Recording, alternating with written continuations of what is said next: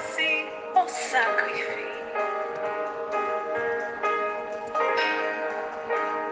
Tu pourvois ton esprit. Je m'ouvre totalement à toi. Remplis-moi, Dieu. Remplis-moi, Dieu. Remplis-moi, Dieu. Shalom, shalom, bien-aimés, shalom, shalom, frères en Christ, shalom, shalom, sœurs dans le Seigneur. Que le Seigneur vous bénisse partout où vous vous trouvez. Bienvenue à cette plateforme de bénédiction. Bienvenue dans le pain quotidien. Que le Seigneur lui-même vous nourrisse de la nourriture du ciel et que jamais le manque ne soit cité pour vous. Je prie au nom de Jésus qu'il y ait un paix, une grâce, une faveur abondante, surabondante, extraordinaire, qui toujours alimente vos greniers, qui toujours alimente vos vies, qui toujours vous remplisse de toutes les grâces.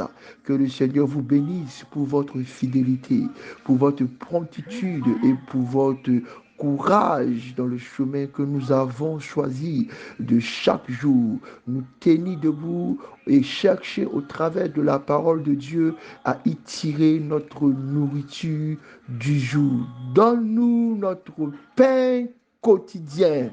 Bienvenue à tous. Que le Seigneur vous remplisse des joies et remplisse de toutes les bonnes choses au nom de Jésus. Nous sommes donc aujourd'hui le mardi 13 juin 2023 et petit rappel, notre thème de ce mois de juin 2023, c'est redécouvrir les paraboles. Et cette semaine, nous commençons et nous entamons comprendre la richesse comme thème qui soutiendra toutes nos méditations quotidiennes. En ce matin, le Seigneur nous invite au travers de Luc chapitre 16, versets 19 à 31, à méditer et à comprendre une bonne portion de la parole de l'Éternel. Notre verset de méditation, c'est donc Luc chapitre 16, versets 19 à 31, que je veux que nous lisons avec attention. Seigneur, ta parole est vérité, sanctifie-nous par la vérité. Il est écrit, Luc 19, chapitre 16, versets 19 à 31. Il y avait un homme riche qui était vêtu de pourpre et de fin lin et qui chaque jour menait joyeuse et brillante vie. Un homme nommé Lazare était couché à sa porte, couvert d'ulcères et désireux de se rassasier des miettes qui tombent sur la table du riche. Et même les chiens venaient encore lécher ses ulcères. Le pauvre mourut et il fut porté par les anges dans le sein d'Abraham. Le riche mourut aussi et il fut enseveli. Dans le séjour des morts, il leva les yeux et tandis qu'il était en proie au tourment, il vit de loin Abraham et Lazare dans son sein. Il s'écria, Père Abraham, aie pitié de moi et envoie-moi Lazare, qu'il trempe le bout de son doigt dans l'eau et me rafraîchisse la langue, car je souffre cruellement dans cette flamme. Abraham répondit, mon enfant, souviens-toi que tu as reçu tes biens pendant ta vie et que Lazare a eu les maux pendant la sienne. Maintenant, il est ici consolé et toi tu souffres. D'ailleurs, il y a entre nous et vous un grand abîme, afin que ceux qui voudraient passer d'ici vers vous ou de là vers nous ne puissent le faire. Le riche dit, je te prie donc, Père Abraham, d'envoyer Lazare dans la maison de mon Père, car j'ai 5 frères. C'est pour qu'il leur atteste ces choses, afin qu'ils ne viennent pas aussi dans ce lieu de tourment. Abraham répondit, ils ont Moïse et les prophètes, qu'ils les écoutent. Et il dit, non, Père Abraham, même si quelqu'un, mais si quelqu'un des morts va vers eux, ils se repentiront. Et Abraham lui dit, s'ils n'écoutent pas Moïse et les prophètes, ils ne se laisseront pas persuader quand même quelqu'un des morts ressusciteraient. C'est vraiment une très belle parabole que Jésus nous donne pour nous faire comprendre les choses du royaume et comment est-ce que nous devons vivre avec nos biens et la richesse qu'il nous octroie. La première des choses qui m'a frappé dans cette histoire-là, c'est que la Bible dit que Lazare était couché à la porte du riche. Ça me gêne, ça me gênait tellement. Je me suis dit, mais attends, comment est-ce que le pauvre a fait? Il a roulé jusqu'à venir s'asseoir, se coucher à la porte du riche. Prudent, coucher à sa porte.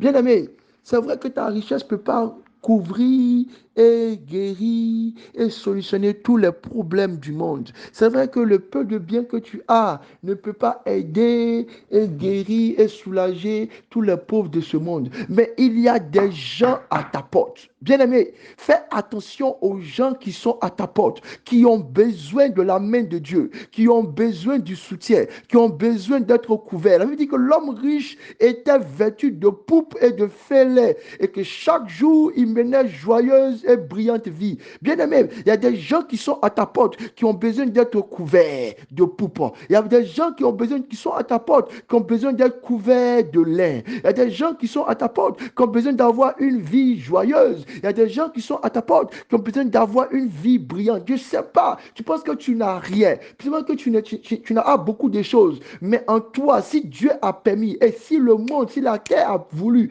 qu'il y ait quelqu'un qui se couche à ta porte, c'est parce qu'en toi, il y a quelque chose qui peut changer son éclat.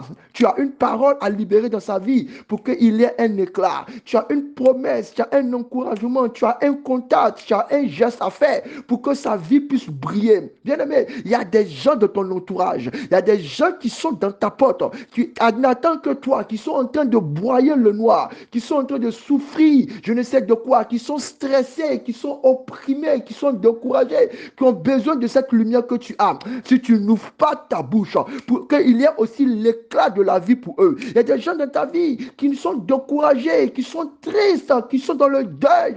Seigneur, je prie au nom de Jésus que dans mon entourage, même s'il le faut, Père, que j'ai au moins une goutte d'eau à donner à ces personnes, pas jusqu'à ce qu'ils meurent, que je le fasse maintenant. Bien aimé, il y a des gens qui ont besoin de mener une vie joyeuse, qui sont couchés à ta porte. Il dit, il était couvert de pourpre et de lin. Le félin, c'est la clarté sur le blanc. Il y a des gens qui sont à côté de toi, qui sont déshabillés, qui sont sales par le péché, qui sont sales par le péché, qui sont comme des porcs, qui n'ont plus de vêtements, qui sont habillés de vêtements déchirés, sales, qui sentent. Alors que toi, tu es habillé de fêlés, tu es habillé de la promesse de Dieu, tu es habillé des lois de Dieu, tu es habillé de la grâce de Dieu, et tu les regardes vivre la vie de débauche. Bien, attention, si le Seigneur fait en sorte qu'il soit aux portes de ta maison, c'est pour que toi aussi, le lien que tu as reçu par l'évangile, par la parole de révélation, que tu puisses le couvrir. Bien, mais tu ne peux pas laisser ta maison, tu ne peux pas laisser ton entourage, tu ne peux pas laisser tes enfants, tu ne peux pas laisser tes frères et tes soeurs, tu ne peux pas laisser tes collègues en train de continuer à vivre une vie qui est déshabillée. Ils sont nus devant le Seigneur, alors que tu as du lin, ce vêtement blanc, ce vêtement de pureté. Tu ne peux pas les laisser dans l'alcoolisme, tu ne peux pas les laisser dans la débauche, dans la prostitution, dans le vol, dans les canonies. Tu dois toujours ouvrir ta bouche et laisser tes mains agir pour qu'ils soient recouverts de fin lin. Il dit aussi qu'il était recouvert de pourpre. Le pourpre, c'est la couleur de la royauté, mais c'est la couleur rouge du sang. C'est la couleur rouge du sang. Il y a des gens dans ta famille qui sont oppressés. Il y a des gens dans ta maison qui sont oppressés. Il y a des camarades qui sont oppressés. Il y a des gens qui, malheureusement, sont encore en train de subir les réclamations familiales, sont en train encore d'être sous le joug de l'ennemi. Ces personnes ont besoin du sang de Jésus pour être délivrées, pour être délivrées, pour être délivrées. Or, à toi, il était donné ordre. À toi, il était donné instruction d'aller et de délivrer les captifs, de chasser les démons. C'est par le sang de l'agneau. C'est par le sang de l'agneau. Bien aimé, s'il y a quelqu'un à ta porte que tu vois qui est en train de souffrir, qui est encore sous le joug de Satan, qui est opprimé dans sa chair, dans son corps, dans son esprit. Oh, bien aimé, lève-toi et couvre-le avec le pourpre que tu as reçu. Avec la pourpre que tu as reçu, ce vêtement de pourpre, mets-le sur lui pour qu'il soit libéré définitivement. Le riche, c'est toi, bien-aimé. Parce que la plus grande richesse d'un homme, c'est d'être ami de Dieu. La plus grande richesse d'un homme, c'est avoir le salut. La plus grande richesse d'un homme, c'est de connaître Jésus. La plus grande richesse d'un homme, c'est d'appartenir à son royaume. La plus grande richesse d'un homme, c'est d'être appelé prince, prophète, prêtre de l'Éternel. Bien-aimé, le riche, c'est toi. Regarde à ta porte. Qui se trouve encore à ta porte? Regarde à ton entourage. Qui se trouve encore dans ton entourage? Regarde, regarde, regarde, regarde. Le pauvre était couché à sa porte, couvert d'ulcères. L'ulcère est une maladie qui brûle. Et je disais, et j'aime beaucoup cette parole d'Abraham. Toi, tu as été heureux. Et lui, il souffrait. Maintenant, c'est à ton tour de souffrir. En fait, c'est que l'homme riche souffrait. C'était dans le tourment. C'était la douleur de l'ulcère, là. L'ulcère qui était sur la vie de Lazare, qui le brûlait, qui le dévorait, qui était ce feu dans la chair, a été transformé en un feu de l'esprit dans la vie de l'homme riche. Ce matin, le Seigneur nous dit ceci. Le pauvre mourut, il fut porté par les anges dans le sein d'Abraham. Le riche mourut aussi, il fut enseveli. Quelle fin malheureuse! Quelle fin malheureuse! Quelle fin malheureuse! Bien-aimés, le Seigneur nous invite aujourd'hui à comprendre un autre niveau de la richesse. Être riche, c'est toujours avoir, même dans sa mort, la capacité de connaître le service angélique de Dieu qui nous transporte dans la félicité éternelle.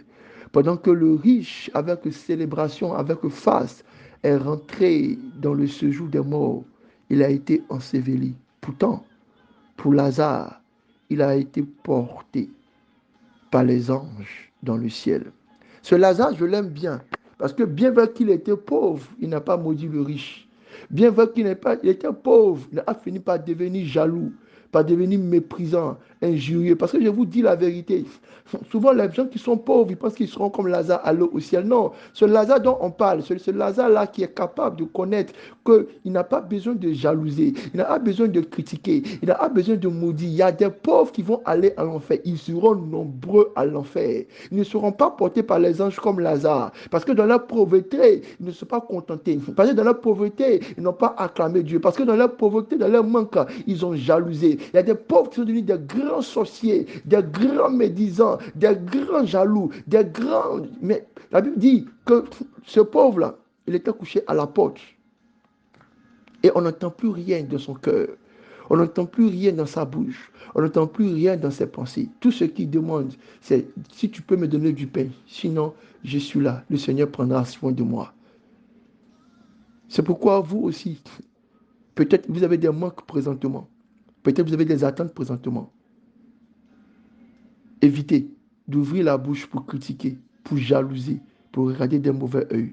Je prie au nom de Jésus. Ce matin, le Seigneur nous invite à comprendre. Le riche mourut et il fut enseveli. Ta richesse te permettra-t-il de gagner le ciel? Sinon, remets-toi au travail. Ce pourquoi tu cours, ce pourquoi tu aspires, ce pourquoi tu dépenses des énergies, ce pourquoi tu te mets en conflit avec le monde autour de toi, ce pourquoi tu n'arrives même pas à dormir, ce pourquoi tu te tracasses, est-ce que ça va te permettre de gagner le ciel? Si ce n'est pas cela, bien-aimé, remets l'équilibre dans ta vie. Notre richesse, c'est d'appartenir au royaume des cieux. Bénédiction.